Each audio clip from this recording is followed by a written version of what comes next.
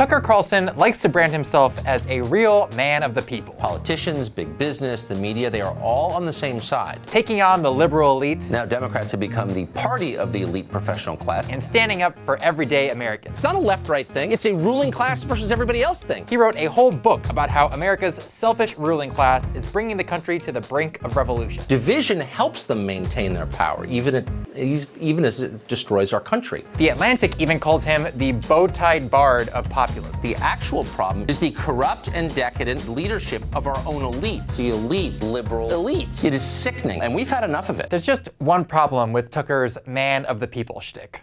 You're about the most unordinary person I know. You're an elitist. You're an asshole. No. But see, I'm an out of the closet elitist. I don't run around pretending to be a man of the people. I'm absolutely not a man of the people at all. Yeah. Tucker's full name is Tucker Swanson McNear Carlson. His stepmom is the heiress to the Swanson frozen food empire. He went to an elite boarding school in Rhode Island, got famous for wearing bow ties on national television, and has spent his professional career bouncing between cushy cable news jobs. By all measures, Tucker Carlson is a member of the American elite. How do you pay your bills? Well, I'm extraordinarily loaded just from money I, inherited. You're a trust fund baby, are you not? No, completely. I've never needed to work. It's all just the whole cable news thing. It was like a phase I was going through. So what is going on here? Why would a guy who bragged about being an out-of-the-closet elitist host a show where he rails against the ruling class? There's actually a pretty simple explanation for Tucker's new shtick, and it's called false consciousness. But see, I'm an out-of-the-closet elitist. I don't run around pretending to be a man of the people. The elites, to whom the rest of us mere plebes look on in awe. I'm absolutely not a man of the people at all. False consciousness is one of those phrases that grad students use to sound smart at parties. But essentially, it's a term in Marxist theory that describes when working class people are tricked into accepting their exploitation. So let's say you and your coworkers are feeling frustrated and start thinking of forming a union. To stop you, your boss might say, "You don't need a union. The real problem is all these women taking maternity leave. If they weren't taking so much time off, we'd all be able to go home right now." Or they might say, "It's these damn privileged millennials. They're so obsessed with work-life balance that we all have to pick up the slack. Get mad at them." The boss convinces the workers to accept their exploitation by pointing their anger in the wrong direction. Or as Tucker Carlson would say, one thing you learn when you grow up in a castle and look out across the moat every day at the hungry peasants out in the village is you don't want to stoke envy among the proletariat.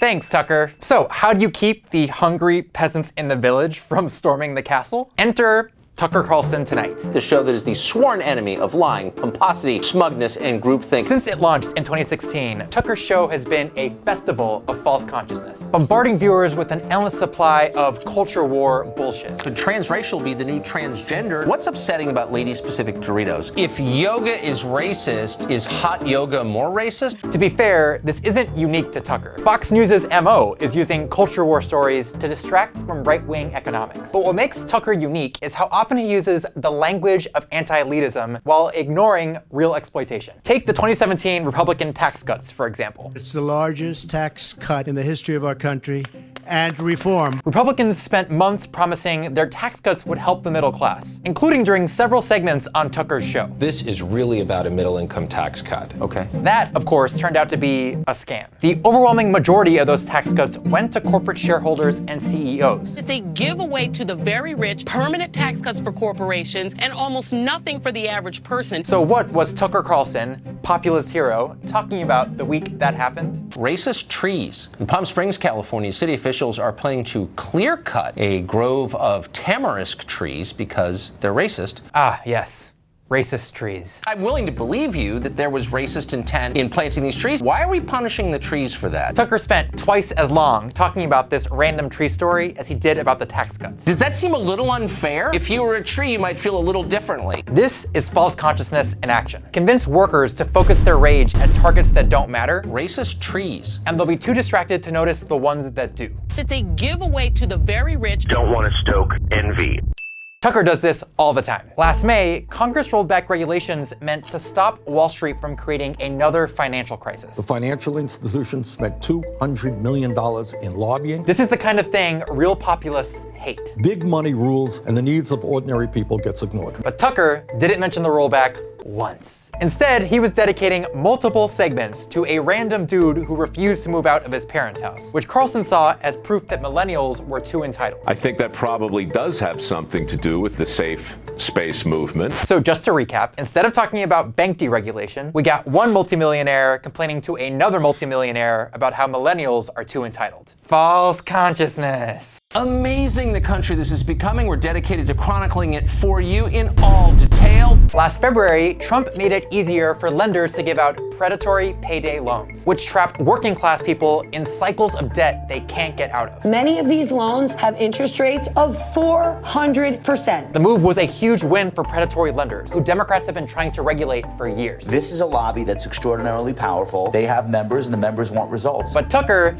didn't mention the move once. Instead, he spent the week blaming Democrats for focusing on identity politics. Elections in this country used to be based on issues, or that was the common agreement anyway. The left is too distracted by global warming or the lack of transgender SEAL teams to pay any attention.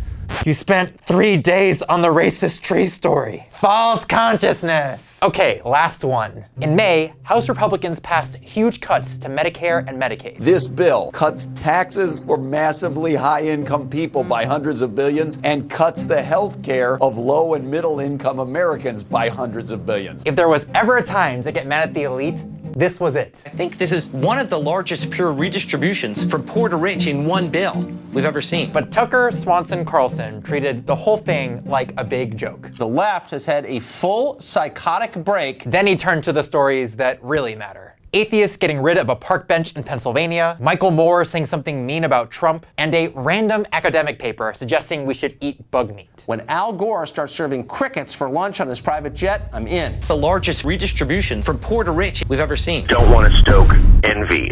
The goal of Tucker's show isn't to challenge the elite. It's to make sure you never realize who they are. To get you so mad at atheists, feminists, immigrants, millennials, trans people, college students, pot smokers, vegans, the NFL, Brooklyn witches, and Lena fucking Dunham that you don't get mad at the people who are actually in charge. If you care about America, you ought to oppose the exploitation of Americans. For now, those leaders will have to be Republicans. There's no option at this point. Tucker Carlson isn't a populist, he's a safety valve. A way to make sure that if the hungry peasants in the village get angry, they don't take it out on the party giving tax cuts to him or his multi-billionaire boss. You're his bitch.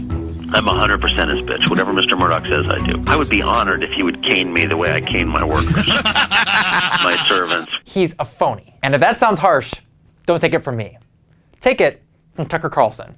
In 2003, talking about Bill O'Reilly, the man whose Fox News slot he would one day take over. I think there's kind of a deep phoniness at the center of his shtick, because it's sort of built on this perception that he is the character he plays. He is every man, this kind of, he's not right-wing, he's a populist, fighting for you against the powers that be. And that's great as a shtick, but I'm just saying the moment that it's revealed not to be true, it's over, right? Because the whole thing is predicated on the fact that he is who he says he is. And just nobody is that person, especially not someone who makes $1 million, or many millions a year.